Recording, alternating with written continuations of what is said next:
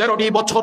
কারণ যে বৈষম্যযুক্ত একটি পে কমিশন গঠন করেছিল 2015 সালে, পৃথিবীর ইতিহাসে এই নেককারজনক পে কমিশন আমরা আর কেউ দৃষ্টান্ত দিতে পারবে না। যেই পে কমিশনে প্রায় 70,000 টাকা একজন কর্মচারীর সাথে বেতনের বৈষম্য রয়েছিল। আপনারা জানেন, বেতন বৈষম্য আকাশচুম্বী করার পরেও বিগত 13 বছর প্রতিটা 6 মাস অন্তর অন্তর আমাদের মুদ্রাস্ফীতির মতো বিষয়টি ঘটেছিল। শুধু তাই নয়, বাজার কোনো অবস্থাতে সিন্ডিকেট থেকে সেই ফ্যাসিস্ট সরকার কোনো অবস্থাতে মুক্ত করতে পারে নাই। যেই বেতন 8,200 টাকা দিয়ে সর্বোচ্চ 15,000 টাকার উপরে নয় আমরা বেতন গ্রহণ করেছি, দুর্বিষহ জীবন আমাদের অতিবাহিত হয়েছে এবং এখনো চলছে।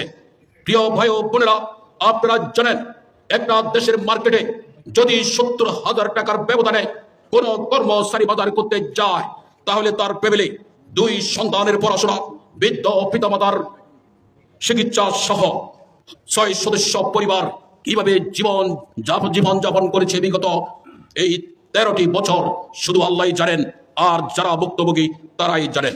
আমি বিশ্ববিদ্যালয়ের ইফতার মাহফিলে বলেছিলাম যে এই বছর কর্মচারী সমাজের সন্তানেরা তারা সঠিকভাবে ঈদ করতে পারবে না, তার পিতামাতা তাদের জন্য সে ঈদের খুশি দেওয়ার অক্ষমতার মধ্যে রয়েছে। 13টি বছর।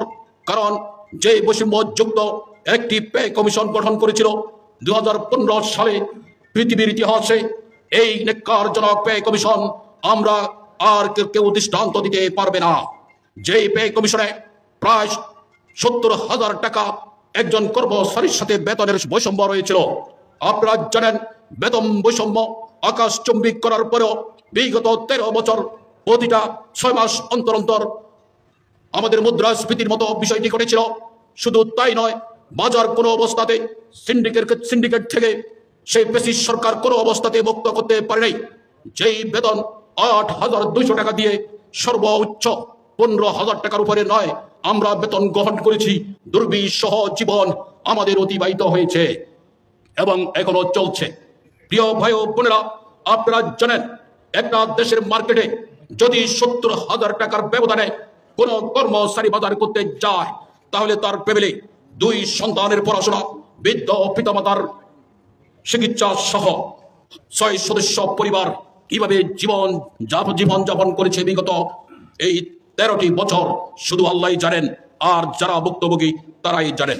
আমি বিশ্ববিদ্যালয়ের ইফতার মাহফিলে বলেছিলাম যে এই বছর কর্মচারী সমাজের সন্তানেরা তারা সঠিকভাবে ঈদ করতে পারবে না, তার পিতামাতা তাদের জন্য সে ঈদের খুশি দেওয়ার অক্ষমতার মধ্যে রয়েছে।